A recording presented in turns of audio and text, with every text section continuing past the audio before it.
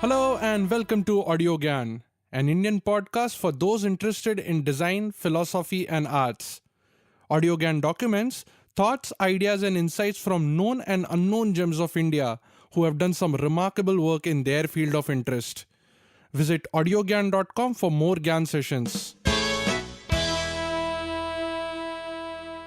Today at Audio Gyan, I have Shiva Nallaperumal. Shiva is a graphic designer, type designer, and an illustrator from Chennai, India. He follows a research-led, process-driven work ethic to bring meaningful solutions to design problems. He's been awarded by Forbes for 30 under 30. Shiva's practice has focused on publications and exhibition design, custom typefaces, and interactive design for a wide range of international clients. He graduated from DJAD Coimbatore and did his MFA in graphic design from Maryland Institute of Art, Baltimore, USA. He has won many awards and recognition for his work in type design. I'm so honored and privileged to have Shiva today with us. Hi, Shiva. Thanks for giving us your time and welcome to the show. Thank you, Kedar. I'm happy to be here. Yeah, and so am I. So I think we'll start off with the most basic question, which is what do you do exactly? Can you tell our listeners what kind of profession you are into and how did it start? I am a graphic designer and a type designer. So basically, I design solutions for visual problems, and I design typefaces. Typefaces are basically the fonts that you use on the computer. I actually wanted to be an animator when I was 16, and animation is taught in design schools in India. So I went to DJAD Academy of Design. I had no idea what design was. It was purely for animation. But in my first year, I realized that animation is too much work and not that rewarding. And my interest slowly shifted towards typography and graphic design and layout design. So that's how it started back in 2009. Mm-hmm. I understand type design, but what does the day look like? I mean, what do you do when you go to office? Okay. So I run a dual practice. One that is graphic design, where I design identity systems for clients. Basically the logos and the whole system behind the logo, and editorial design, publications, etc. And the other side is type design, where I design fonts. So fonts are the tools that graphic designers use. Fonts are basically, Times New Roman, Arial, all of those things that you find in a menu. Those are the default fonts, but there are fonts that we design specifically for other users. And various constraints kind of bring about the need for new fonts. For example, if a newspaper comes to me and says, we're going to print the classifieds and we need a typeface to be read at 4-point, and the newspaper environment is very rigid and very low quality paper. So how do I design a font that's legible at that size? So a lot of these things come together. So the same problems happen in the screen. So screen-based fonts are designed specially for a certain screen at a certain size, all these little problems. So most of this is like really unknown to the general public. But the power of typefaces is very subliminal, and they are very powerful. Like, for example, brands, almost all iconic brands have their own custom fonts that were designed just for them. Other than custom fonts, we design retail fonts that we sell online that anyone can use, etc. A lot of random people have used my fonts. The latest one being the new Akshay Kumar film called Padman. The logo is in my font. So it's a good example to say how it happens. People buy the font and then they use it. So that's how it happens. That's interesting. So where do you take your inspiration from? I mean, I'll give you a reference. Like when there are clients who wants a particular logo to be designed or a graphic to be designed, you are working under constraints, and also you are given a proper brief to achieve a particular output. Similarly, when you're designing typefaces, there isn't any particular direction as to it has to be evolved in a certain way because it's your own creativity, your own interpretation. So how do you marry these two different types of work, and also where do you take your inspiration from? So that's an interesting question because this is where graphic design and type design greatly differ. And since I do both, it's like trying to find a nice balance between them. So graphic design, there is no sense of, there's very less sense of authorship. What I mean is, if you're a musician and you make a song, you're the author of that song, right? You created it and that's what it's for. But graphic design does not have that much of authorship in the sense because a company would come to me and say, okay, we want you to design this, our logo, right? And I design the logo, but I don't have authorship over that logo. I would have never created that logo unless they came to me and asked, you know what I mean? So there is the impetus comes from somewhere else. So designers are always a service field. So we provide, we can't work without constraints. We can't work without a brief. But in type design, there is a level of authorship that we can have. For example, if, say, a company comes to me and says, again, let's use the same example. Newspaper comes to me and says, we want you to design a font for us. It has to be, very distinct, different from all other newspapers. And it has to be, we're going to use it in this size, So usually newspapers have that really small size that they use fonts in. So that is my constraint. So there are certain things that I need to do to make it readable at that size that are historically done many times. And, basically the rules for 8-point type in this printing on a newspaper. But the shape of the fonts, that is my own. Like the way I would draw an A, I take authorship in that, So multiple people would design a font for the same problem. For example, almost every country every country does have newspapers, and every country has different fonts for newspapers. So we're all these type designers, we're just we're just solving the same problem. But we retain the authorship in terms of what our letters look like. So it is a good balance. So a company will never come to me and says, okay, we want a typeface for this use, and also we need it to be in this style, So it's like an interesting mix of both. So the authorship remains mine. At the same time, it is a service. So, and usually a lot of times I can sell the fonts later. For example, if I give a client a 5-year ownership of the typeface, right? So a newspaper uses it for 5 years, just them, after which I'll be able to sell it to whoever I want. Once their identity is very much established and everybody is able to notice, that, okay, this font is this newspaper, and I can sell it later. So then I regain my complete authorship. So that is the difference. So I like this balance going on because I don't always feel like, I'm not creating something from within and, all that artistic stuff. Yeah. That makes it more interesting because then there could be more than like millions of renditions of, say, alphabet A. So how do you decide as to I have to go in this direction, or this has not been experimented so far, or like where does that inspiration come from? I don't know. See, there are lots of typefaces that look similar to each other. Saul Levitt, who's an artist, has a very famous quote where he said, "What banal ideas cannot be saved by beautiful execution." And a type designer, Peter Billard, he said that quote does not apply to type design because there are a lot of great typefaces made from very banal ideas. Like, for example, I want to make a typeface that is completely neutral, that does not have character. I can name 10 amazingly beautiful typefaces based on the same idea, and all of them are different, even though they're going for the same goal. So, see, the thing is, letters are symbols that have semantic meaning, which means that they're not random symbols. When you look at an A, you know it's an A. The power of semantic meaning is that when we glance around, you can't choose not to read something, right?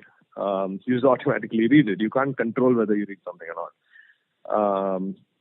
That's because you notice the letters and then you know that there is an A and there is a B and together it's UB or whatever. So to answer your question, so there are lots of fonts that look similar and a lot of fonts that are based on the same model, etc., etc. So I think the way that I can make my letters look different is by not caring about all this. Because if you think that, okay, if I draw a letter and then think, okay, does this look like any other font? And I keep looking, then it'll go on forever, because there are, like you said, millions of fonts. I don't know if there are millions of fonts, but probably. But I am designing something to solve a specific problem, and it'll be the first time that I'm doing it. So it has to be different, unless someone consciously goes out to copy someone's work. I don't think it will happen that way. You can compare it to, usually the argument that I get most of the time is that all the fonts look the same. Why do you have to make new ones, But think about it. Fonts are like people's faces, right? Human faces are the same things, There are two eyes, a nose, a mouth, eyebrows, and a chin.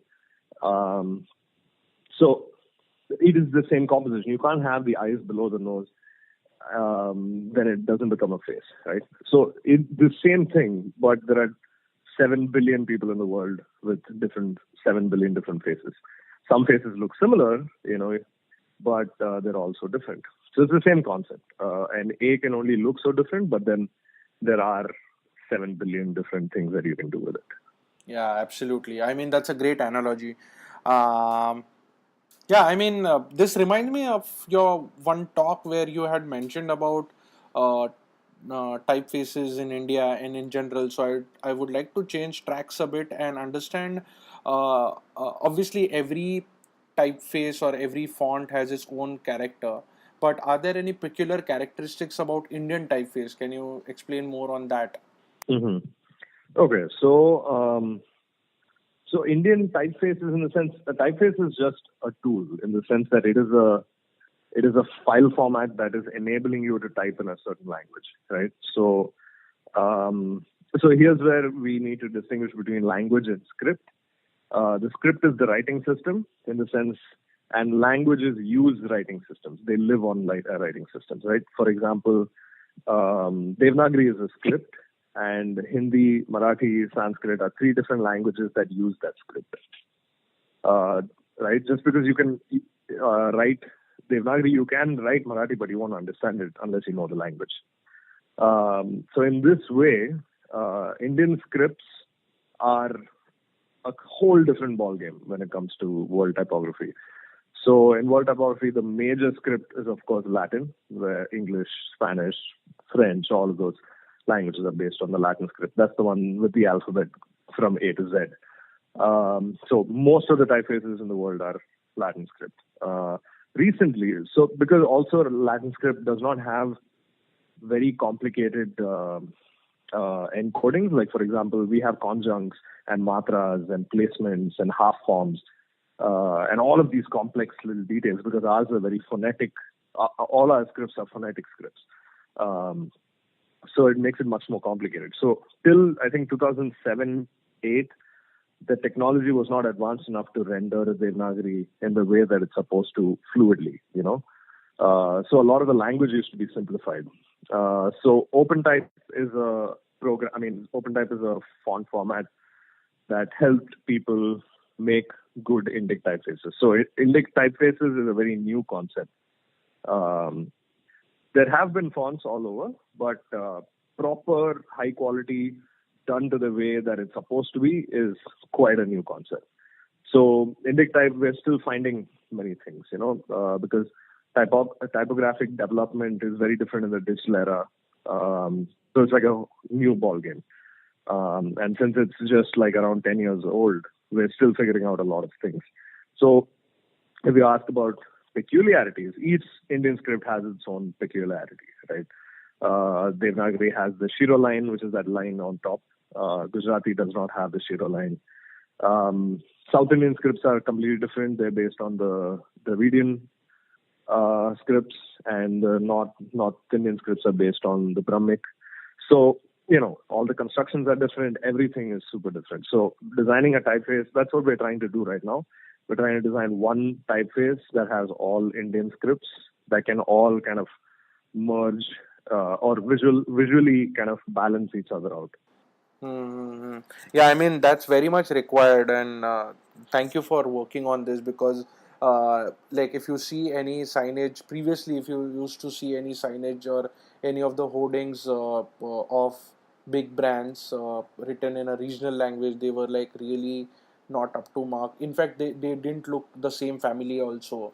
But now, in the recent times, if you see Starbucks written in a Devanagari script, it's much more pleasing to the eye. So, do these conscious efforts are taken by brands, or is it because of typographers, type designers like you who are building new fonts in regional languages?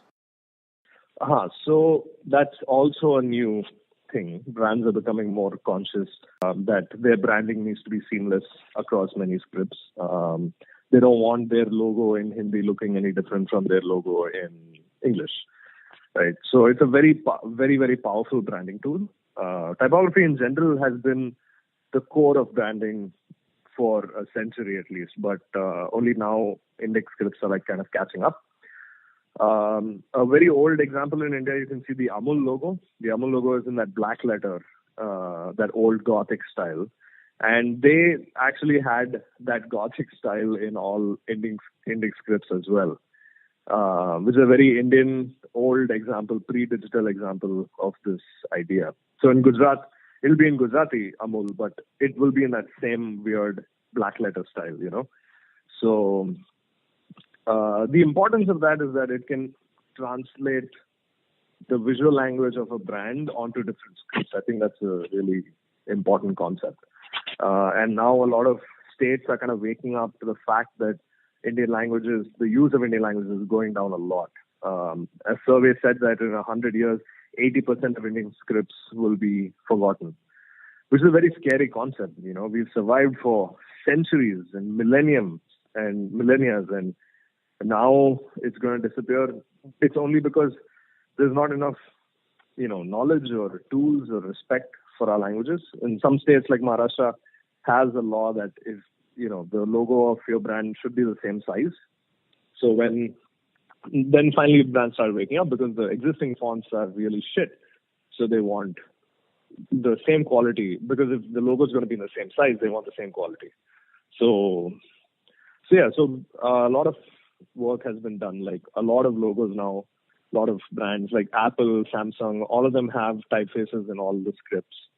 Nokia, to kind of seamlessly be high quality throughout. So with high quality typography, we will kind of raise that aesthetic level of our own environments, making it kind of more accessible to read and to communicate in our own languages. Yeah, and even Google's Noto Sans is quite popular with all the scripts possible. Yes, a lot of Google fonts have, index.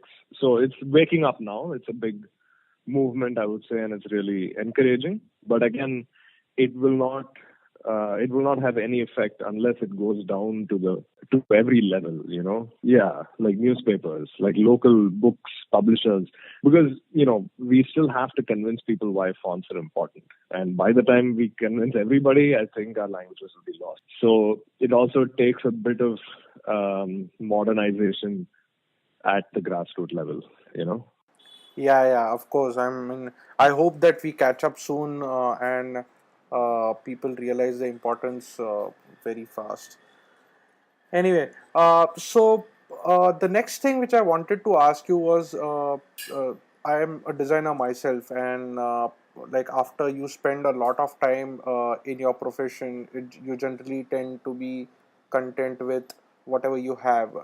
For example, if I'm given San Francisco as a typeface and I have to I'm happy to just do with it. I'm quite satisfied with it, and I can go on Hmm. and on. Using it forever. No, I Right, mean, right. Yeah, yeah, yeah. yeah. So what goes in the psychology of a type designer? They are not content with the font. Do they want to experiment more? What is the reason to make new fonts? Because you can very well have like good typography and do justice to your artwork, right? Okay. Uh, that is a very good example, actually. For example, Helvetica is very famous today because of its ubiquity, because a lot of people swear by it as, I only need Helvetica in my life, But the idea is that, why are there different pieces of music? Mozart already made so many, and we can just listen to that forever, right? It's the same concept. The idea that fonts are tools, and you need to use better and more contemporary tools to make your work more contemporary. For example, typography is, would you agree or not, typography is 90% of anything that we design, like content, the thing-wise. There's color, there's typography, there's image. Type is what we read. So it's everywhere, right? Whether we know it, we don't even notice it now. But the idea that if we do make people notice it, then it has a different effect. So it is a goal, a certain goal of modernism to make things ubiquitous, in the sense, Helvetica, for example, they designed it to rid the world of more fonts. Basically their idea was, we've created the most neutral typeface of all time. You can use it for anything. You can use it from birthday cards to funerals to corporate branding, and it will work. And you don't need any more typefaces in your life. That was the idea. But what that creates is this saturation of the design language. There is a saturation of what things look like, what they should feel like. There's this corporate detachment in everything, which is why I stress on graphic designers using more varied and more interesting typefaces that have character, because then you can create a character, bring a sort of soul to the thing that you're making. I'm not against neutrality. Neutrality is very good at certain points, like, for example, hospital signage. You don't want hospital signage to be this beautiful serif font. There is just like anything else, there's a time and place for neutrality. And I feel like if we're designing a book, why not use a typeface that is reading friendly, that is classical, that is, that kind of harks back at the content of the book. If if the book is about Shakespeare, why not use a typeface that kind of is inspired by fonts of that time? It would kind of bring the whole thing together. Mm-hmm. But isn't it ironical where one side we say that type is subliminal, and on the other side we are trying to bring out the character of the font? I understand when we are like designing a font for a lay person, it's not really important, or they are not really concerned about which typeface we are using or what font we are using. But like if we try to bring out that character to the font, then the attention goes to the Right. font and defeats the purpose Right. of making design invisible. So how do one, like, how one can balance this out? In the sense, it's always on the edge. Like, for example, if we're watching a film, there are a few things that we notice very clearly, like the actors. We are conscious that these are actors. We are conscious that this is art direction, that these are sets or whatever. But after a point, you get into the film and you have what is called the suspension of disbelief. Right? You get into the film. After a while, you don't notice the music happening unless it kind of surges out. And they make it surge out for you to notice. And typefaces are the same. In the sense, the effect of them is very subliminal. Like, for example, if I use a typeface, for example, in Shakespeare book, use a typeface that is inspired by typefaces from that time, it gives you a feeling of the old, it's like in a film where there's a flashback and then they use this slight sepia-ish tone. You never notice it, but you understand that this is now a flashback, without them having to tell you. It's things like that. If it's not there, it's very noticeable. But if it's there, the point of it is not to make you not to get your attention to the fonts, but to kind of communicate the idea that we're trying. Exactly. And this is the reason why it's so hard to sell fonts, because how do you explain this to clients who don't care? It's like, I can use this font, how does it matter? When you read The Guardian, the newspaper, you're reading The Guardian, even if the logo is not there because of that font. Brands spend millions of dollars on font licensing and creating custom fonts. because it's like a logo is the summary of your brand in a symbol, right? But imagine having your brand in every letter that you then use to make people read.